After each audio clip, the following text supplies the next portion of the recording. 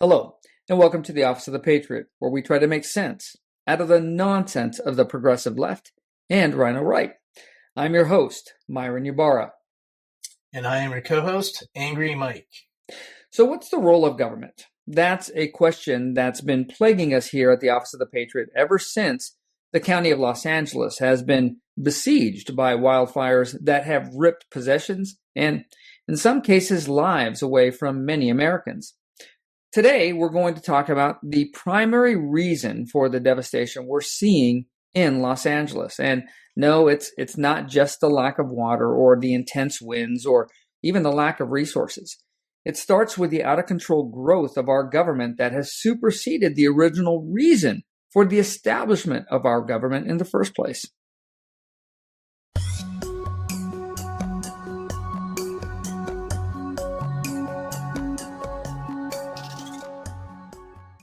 Originally, this video was going to be centered around focusing on just government being inept and filled with three-piece suited sociopaths acting as politicians and bureaucrats.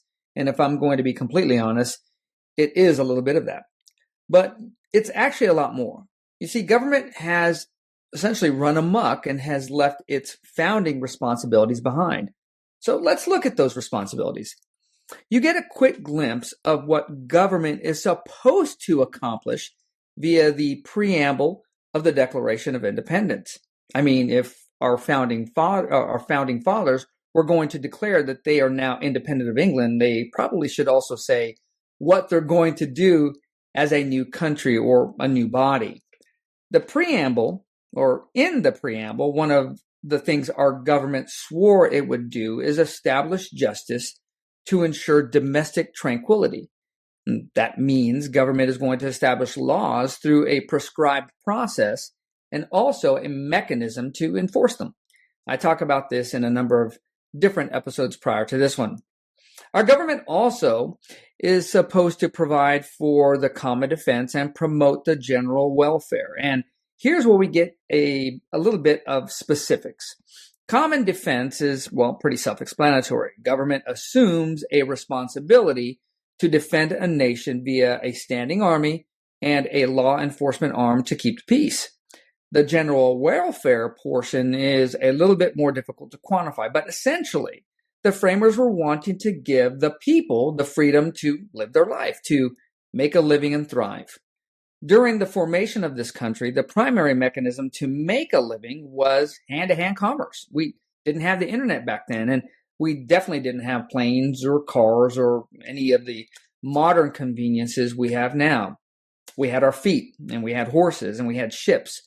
So at that time, the federal government's primary task was to support the general welfare of the people, was making sure shipping lanes were safe and there was an ability to get people and products from one place to the next. In essence, to ensure safe transportation between the states and within them. That's all of the responsibilities our federal government had. And, well, this was pretty much true of the states as well. Mike? Yeah, government is out of control, and growing it is really easy, but it's kind of like getting raises. So, when's the last time, we got a pay cut? Doesn't happen. You get pay raises, but it just keeps growing.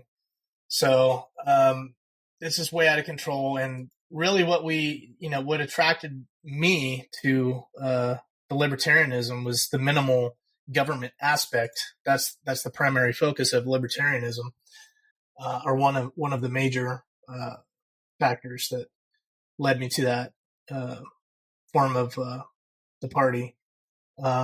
So the Republican Party, they tend to spend too much money as well, but not nearly as much as the Democrats. They spend it on different things, but still way too much. And here in California, the demotards, I guess that's a new term I can use, spend money like it grows on trees. And unfortunately, California is run with a libtard supermajority.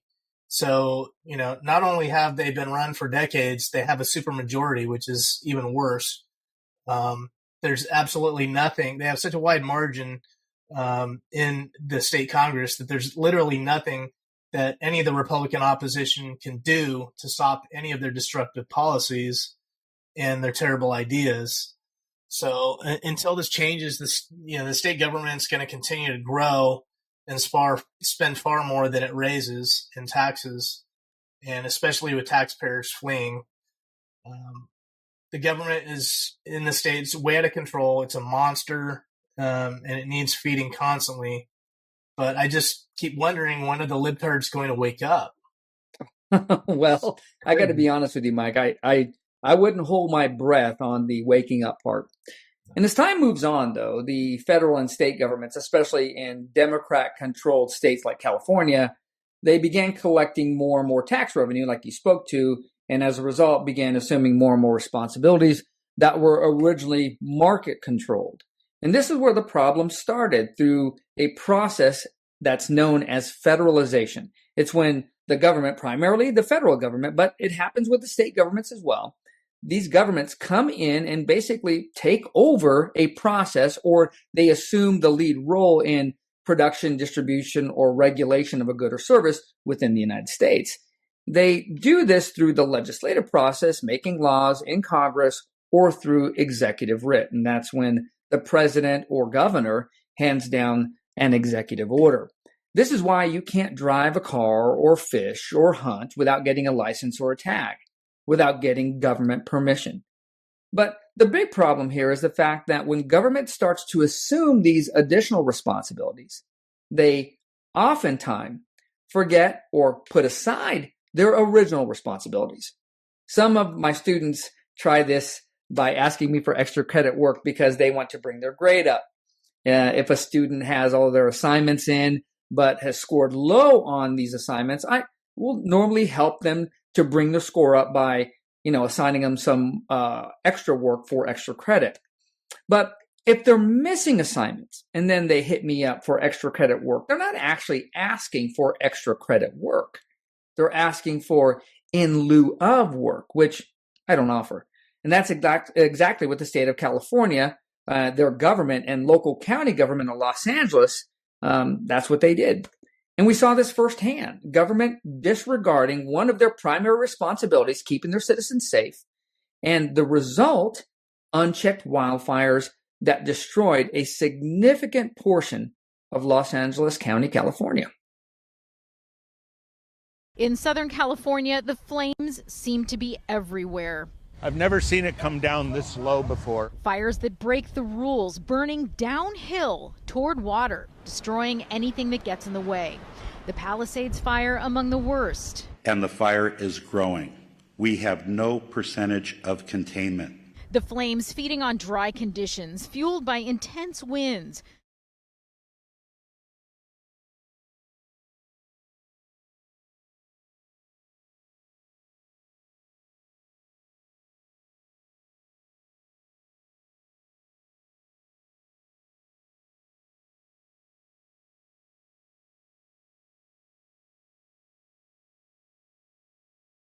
All right, here are some stats regarding current losses that Los Angeles County fire victims have and are suffering.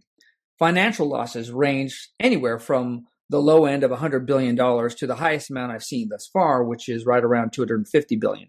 And to put that into perspective, the Maui wildfire losses total up to about $20 billion, which is 1/5 of the lowest estimate.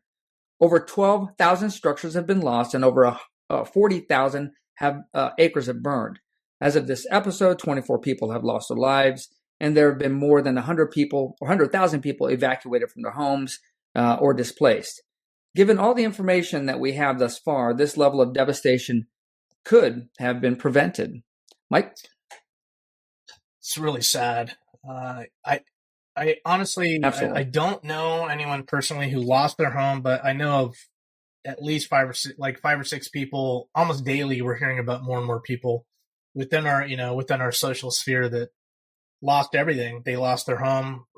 Some of them lost animals. They lost all their possessions.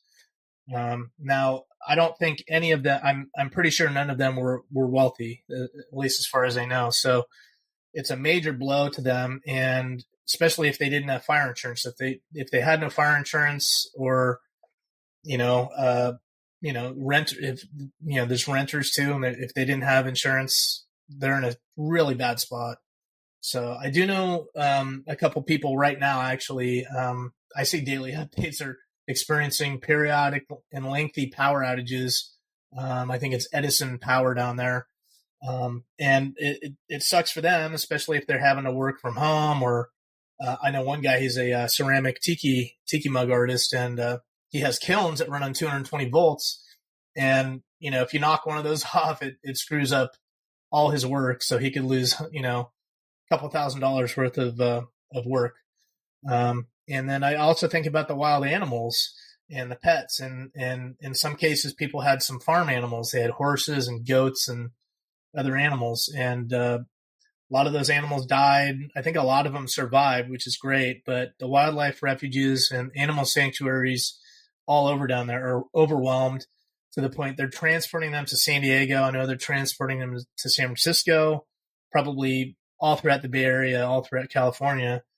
And I feel badly for, like I said, the people that were renting and either couldn't afford it or they didn't buy renter's insurance. So I assume some of that is covered by fire, but it's really sad. So they probably lost everything too. And they definitely don't have enough money to just pick up and leave. So they're going to have to leave the area, maybe leave the state to find something, that's, reasonably priced. And yesterday morning, I was watching Fox Business Channel. They had a local real estate agent on who had, he was throughout the San Fernando area and out to Malibu and Santa Monica. So he covered that whole area.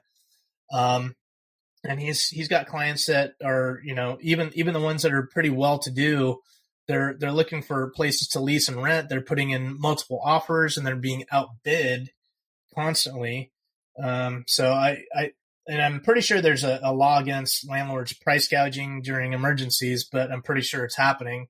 I mean, it's kind of hard to go after all these people when it's happening on such a large scale.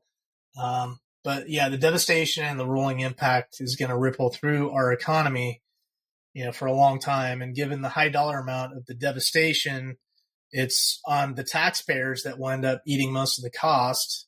And I assume the federal government will chip in, but they're not going to cover nearly as much as they need to, and to help everybody rebuild. But California taxpayers continue to flee the state, and so everybody else that stays here are going to be, the ones that pay the price, and especially if the libtards continue voting for these communist shitbags. Well, my belief. California has, for quite some time, been a sinking ship, bobbing in the waves with its keel barely poking above the surface. It's well past time for sane people to jump off that keel and make a beeline for the shore of some new state. So if you're wondering, how could this have been prevented? Well, the answer is actually pretty simple. The state of California under Democrat leadership has traded, again, its primary responsibilities of protecting citizens for protecting illegals and other marginalized Democrats. The alphabet crew and the race baiting people who claim that they are victims of the man. They did it by neglecting the reservoirs that desperately needed repair and failing to build any new ones. In fact, California voters voted okay for over $2 billion in bonds, new taxes, to build new dams and reservoirs. How many have they built? None.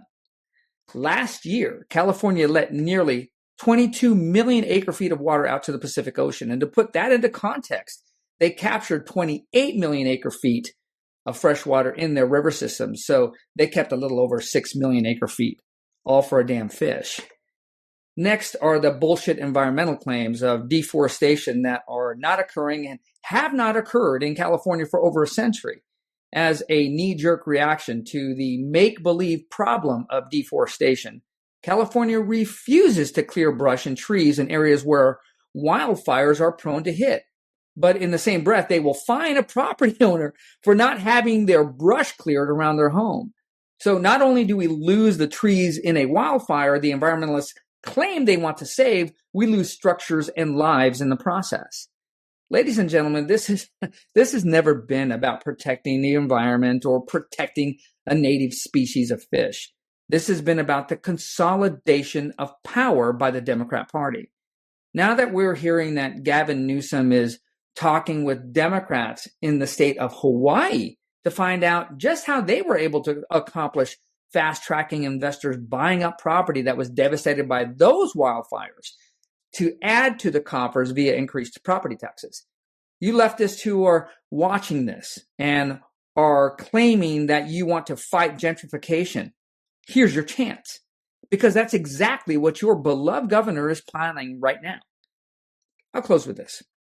I left California a little over 4 years ago. It was painful to do, as I love the state. I have friends there. I love the natural resources, and it's arguably one of the most beautiful states in the nation. But I could no longer live under the tyrannical ideology that California adopted. Unfortunately, this fire is likely going to force many Californians to leave, even if they didn't want to. However, that might actually be a good thing, because these Californians are Americans, and these Americans will get a taste of what it's like to live free again. And when they do, it's my hope that the Californians who stayed behind will grow envious and start demanding their freedom back. Maybe that will spur them to right their ship. And this concludes today's episode of Office of the Patriot. If you have enjoyed the presentation, please take the time to like, subscribe, and share the channel on your social media. We really appreciate it. Absolutely. Yes, we do. Also, please take the time to comment. Viewer engagement via comments is the major metric for channel accessibility on most social media platforms like Facebook and X and MeWe and YouTube and Rumble. The more people that like, subscribe, and comment, the more this channel will come up when social and political content like this is searched for. And as always, have a blessed day and stay safe out there.